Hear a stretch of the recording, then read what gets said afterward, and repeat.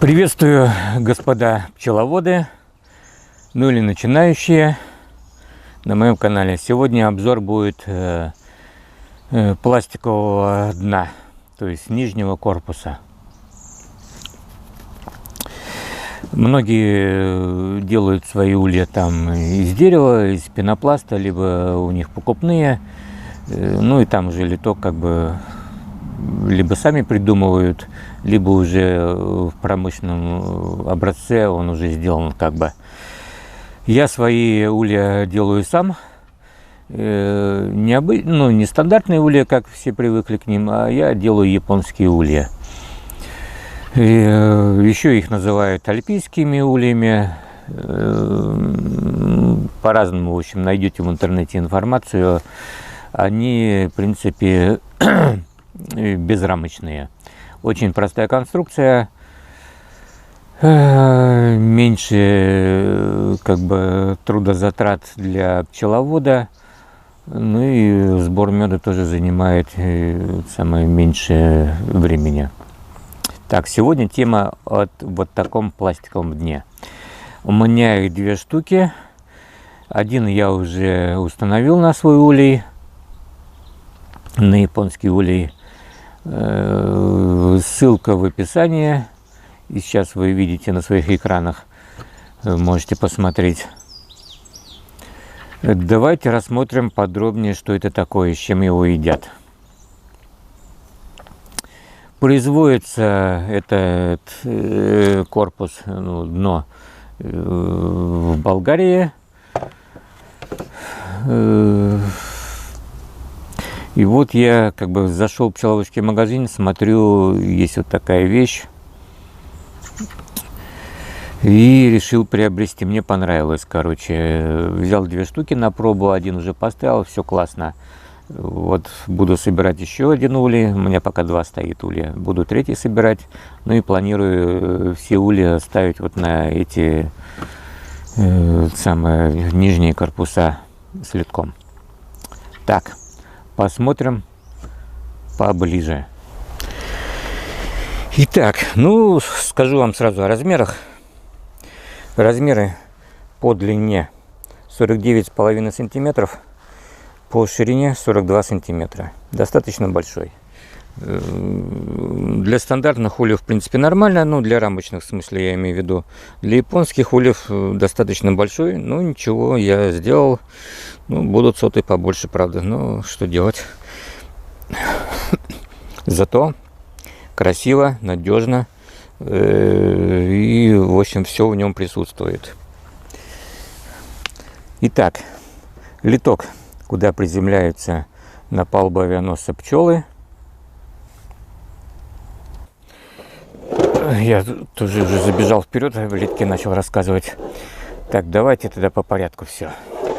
Конструкция выглядит вот так вот. Здесь у него как бы выемка, но он лежит не чисто вот на этих как бы опорных ребрах, а будет на ножках. Вот здесь у него сзади есть ящичек. Тут вся комплектуха. Сейчас я это дело выну. Попробую третьей рукой, которой нету. Так. Вот как бы ножки. 4 штуки. Это для литка. Тоже для литка. Дверца для литка. Рейки. Сейчас объясню для чего. Шурупчики дополнительные, чтобы прикрутить вот это дело. Скажем, такая своеобразная сеточка с небольшими ножками. Сейчас покажу. Видно, тут будет набор. Вот, как бы пупырышечки есть. Чтобы не просто лежала на дне. Так, мусор слегка. Прорези, само собой, для вентиляции. Ручка, чтобы вынимать. Так, это у нас ложится туда, да. Ножками, естественно, вот этими вниз.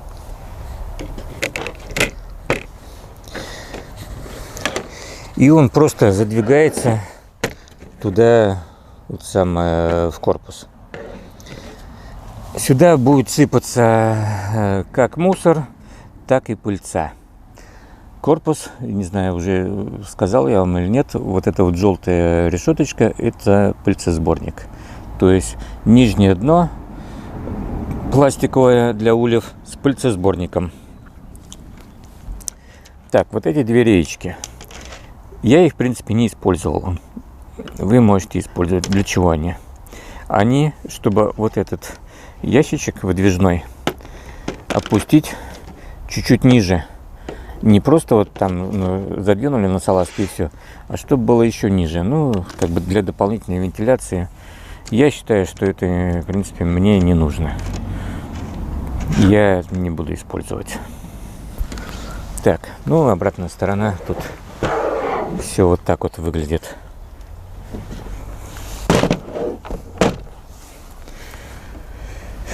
То же самое решеточка стоит, более крупная. Ну так, миллиметра 3, наверное, шириной.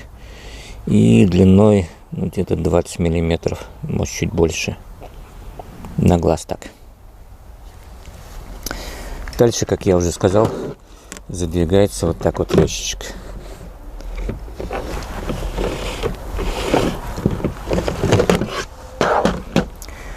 Так, начнем. Так, ящички я задвину туда. Пусть будет. Удобно обслуживать. Задвигайся. Нет у меня третьей руки. Так, пыльцесборная решеточка желтая прикручена шурупами. Ну, можно, в принципе, не прикручивать. Но когда пчел много, естественно, они давят, они будут туда заходить, вылезать снизу, и решетка отойдет. Поэтому лучше ее прикрутить шурупчиками. Размер круглых отверстий 4,9 мм. Многие скажут, что это мало. Ну да, в принципе, зависит от того, какие пчелы. Есть мелкие, крупные и так далее. Ну, кому-то нужно покрупнее, да, будет тогда, ну, помучиться немножко сверлышком поработать. Купить более точное сверло, там пятерочку, там 5,1, 5,2 и так далее. В моем регионе пчелы, в принципе, не крупные, поэтому вот 4,9 миллиметра нормально будет для меня. Из практики, ну, когда даже в интернете нашел информацию, что российские пчеловоды собирают пыльцу в несколько раз меньше, чем собирают пыльцу вот те же болгары, там прибалты и там еще некоторые страны. Почему? Потому что россияне используют вот эту решеточку с более крупными отверстиями, там 5,2, 5,3. То есть пчелка, заходя туда в улей и вылезая через круглое отверстие, оставляет свою обножку, ну, пыльцу внизу, не всю. А порой даже умудряется пролезть, и протащить обножку к себе дальше, туда, наверх в улей. Из-за того, что отверстия большие. Здесь отверстия маленькие, поэтому всю обножку она практически оставляет внизу, вот там, на этом ящичке, в ящичке. И собирается пыльца.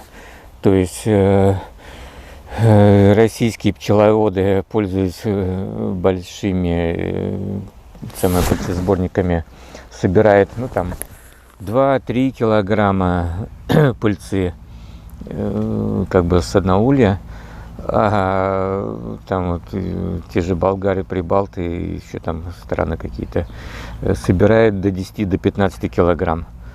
Ну вот и почувствуйте разницу. Так, давайте продолжим дальше. Так, здесь у него, в принципе, сейчас покажу, на белом будет, вот есть выступы на углах. То есть, поставив корпус сюда, вот раз выступ, два, ну и так далее. Корпус не будет никуда болтаться от этого дна. Так, дальше, поехали. Литок вот так делается, собирается. Тут у нас есть вот такая подъемная крышечка устройства. В начале сезона, в начале весны можно его поднять. Что у нас тут еще есть? Вставить вот такие, в комплекте идут пластиковые приспособы сюда. Вот раз вставили. Блин, солнышко светит, и тень такое непонятно. Видно, не видно. И во второй то же самое.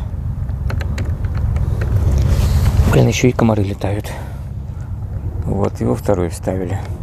Это для того, чтобы, ну, как бы вниз не падало. Ну, как бы упор. Вот, все, не падает. То есть, а то вы без этих упоров, это упор, скажем так, будет называться. Ну, инструкции никакой вообще нет. Если вы их не поставили, то есть шанс, что раз закроется вот эта, как бы, шторочка, и доступ пчелам туда под пыльцесборную решеточку не будет. Вот пчела прилетела, скажем, туда, зашла, ну и вылезла снизу, оставив обножку. Вот, и она может закрыться. Вот так. Ну, в принципе, она довольно плотненькая ходит. Ну, закроется, да, я думаю, закроется. От разных движений и так далее. И пчелы будут давить. Поэтому ставим вот такие упоры туда. Раз, два. Все, поставили. Ну вот, упоры у вас стоят. Вы поставили их. Потом можете поставить, в принципе, вот такую перекладинку сюда. От литка. Все. Закрыли вот этот проем.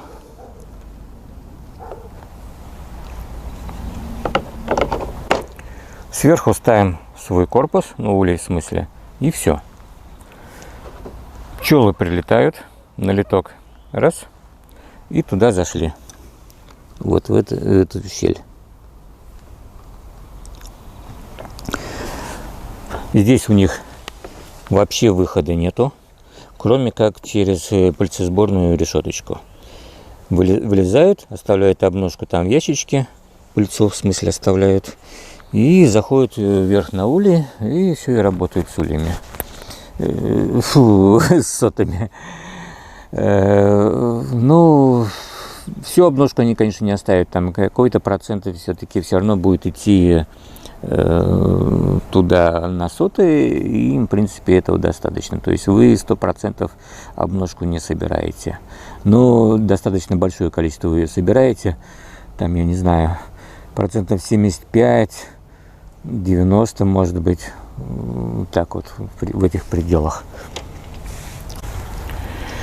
Ну так вот, в период активного сбора пыльцы пчелы будут туда заходить, оставлять обножку, пролезая через решетку, и также выходить из улья через эти отверстия, то есть также пролезать туда. Отверстия сделаны так, что, ну, гладко все как бы завальцовано, чтобы пчелки, пролезали и не травмировали себя, то есть не отрывали себе ножки. Когда активная фаза пыльцы заканчивается, что мы делаем? Мы как бы немножко приоткрываем доступ в улей. Для этого убираем упоры вот эти. Убираем вот эту шторку. Она тут вынимается. Вот здесь как бы штифт. И тут штифт. Немножко как бы пальчиком загнуть. Одной рукой мне неудобно, и сейчас я выну. Ну вот я как бы вынул. Вот на белом будет видно. Видите, с боков есть вот такие выступы. Вставляете вот туда. Раз, два. То есть вынимаете ее полностью. Берете вот такие в комплекте 2 штучки есть. И вставляем вот сюда. То есть закрываю вот это отверстие. Ну и второе, само собой.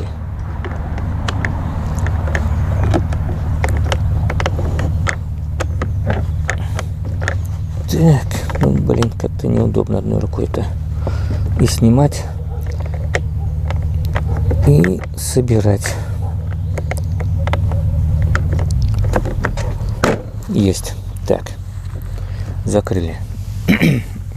Вот вы видите, остался все равно доступ. Вот пчела прилетела на литок, и туда, в этот самый, ну, деревяшечка у меня большая, туда попадает под пыльцесборную решеточку.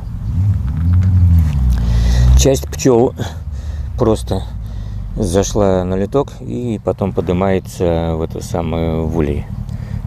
То есть зависит от желания, куда она пойдет. Так, сюда мы ложим перекладинку и закрываем наш литок. Литок можно закрыть 2 способами. Вот такими зазубренные вниз, либо зазубренные кверху. Если зазубренные кверху, это в принципе зимний вариант. Сейчас я покажу. Задвигается вот сюда. Ну вот, как бы я вставил вот эту белую, как бы, основание подвижного литка, ширмы, скажем так, вставляем там в пазы, а желтая у нас, как бы, дверца подвижная.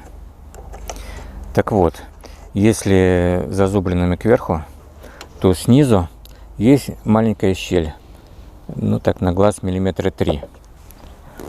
Сейчас я покажу. Вот здесь вот, туда. Это зимний вариант, ну как бы легкая вентиляция. Пчелы выйти не могут, зайти туда тоже ничего не может, а вентиляция небольшая будет. Это зимний вариант. Летний вариант. Выдвигаем желтую шторку. Переворачиваем зазубренными вниз и вставляем. Так вот.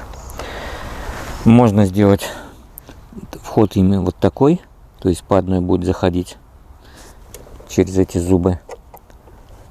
Ну, либо выдвинуть полностью, как бы, вот так вот. И тогда будет достаточно широкий проход им. Туда будут заходить. Так, деревяшечка у меня достаточно толстая. Сейчас возьму что-то поменьше. Ну вот, скажем, пчелка приземлилась. Ну и заходит туда, в литок. Дальше. У нее 2 варианта теперь. Так, протолкнуть ее. Пчелку туда. Зашла, вот она, вот. Взлететь можно сразу вверх, туда в соты, либо продолжить движение, проползти под решетку, под желтую, и пролезть через отверстие, оставив обножку, оставив пыльцу. Это вот, в принципе, способ, когда пыльца все еще есть, но не активная. Ну, ее мало, как бы, но вы все равно хотите ее собирать частично, направив пчел не только сразу в улей, ну, наверх туда, в соты, в гнездо, ну и часть пчел будут все-таки все равно проходить через решеточку.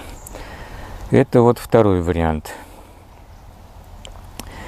Ну и третий вариант, так, третий вариант у нас, сейчас покажу.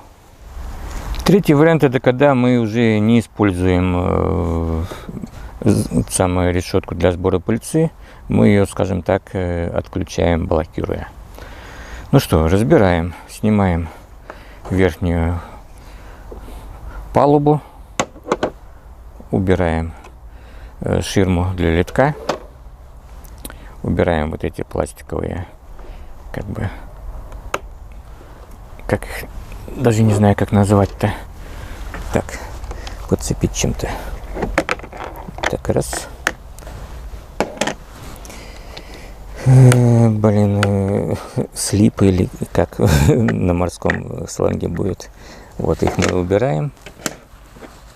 Вставляем опять вот эту вот, скажем, ширмочку сюда. Сейчас я вставлю, потому что одной рукой неудобно. Вот я ее вставил. Опускаем вниз полностью.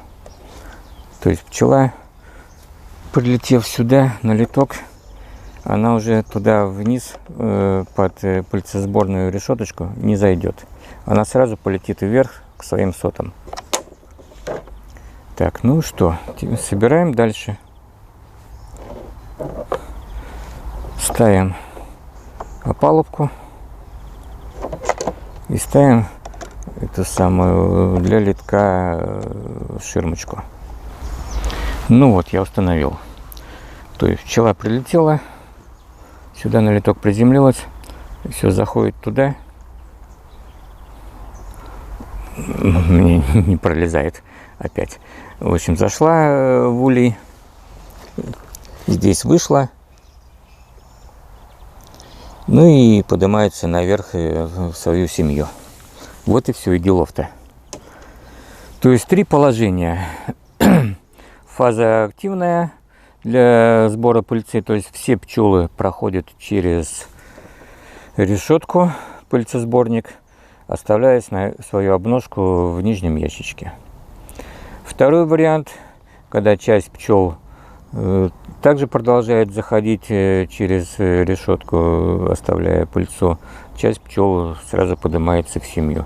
Ну и вот третий вариант, когда они сразу, минуя решетку, потому что к ней вообще доступа нет, уходят в свою семью наверх. Это, в принципе, уже как бы, ну, не знаю, зависит от региона, конечно. Ну, август и дальше, там, сентябрь. Самое вот, можно, в принципе, отключить эту решетку.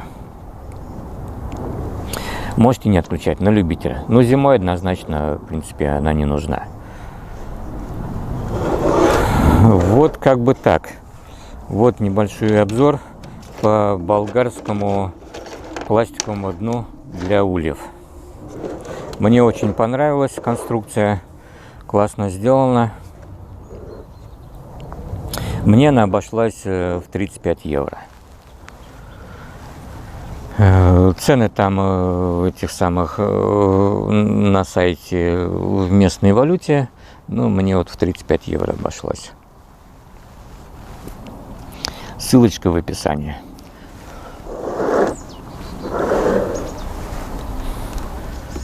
Все, господа, на этом все. Небольшой обзор. Я думаю, вам понравилось, потому что аналогичного видео на YouTube нет.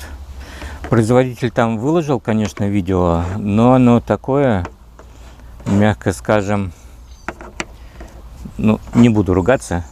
Снято оно с телефона. Причем, наверное, блондинка снимала, потому что, как обычно, блин, в вертикальной плоскости телефон все держат почему-то. Потом удивляется, блин, почему такое видео урезанное с боков, блин. А сами продолжают точно так же и делать. Я уже некоторым говорю: у вас что, телевизор вот так стоит? Ну, в смысле, вот. Не вот так вот, не широкоэкранный, а вертикальноэкранный. Смеются такие, но и все равно смотрю, продолжают также снимать вертикальные видео, блин, плюются, когда смотрят, но я не знаю.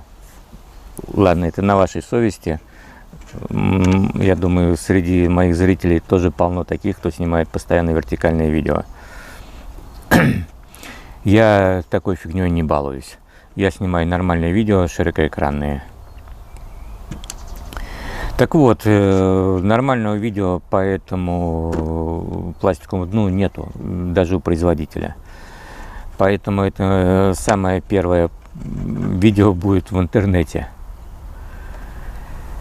Ну все, давайте прощаться. Все вы знаете, как ставить лайки, дизлайки. Я думаю, вам понравилось. Все, подписывайтесь на мой канал, будет еще много чего о пчелах. Пока.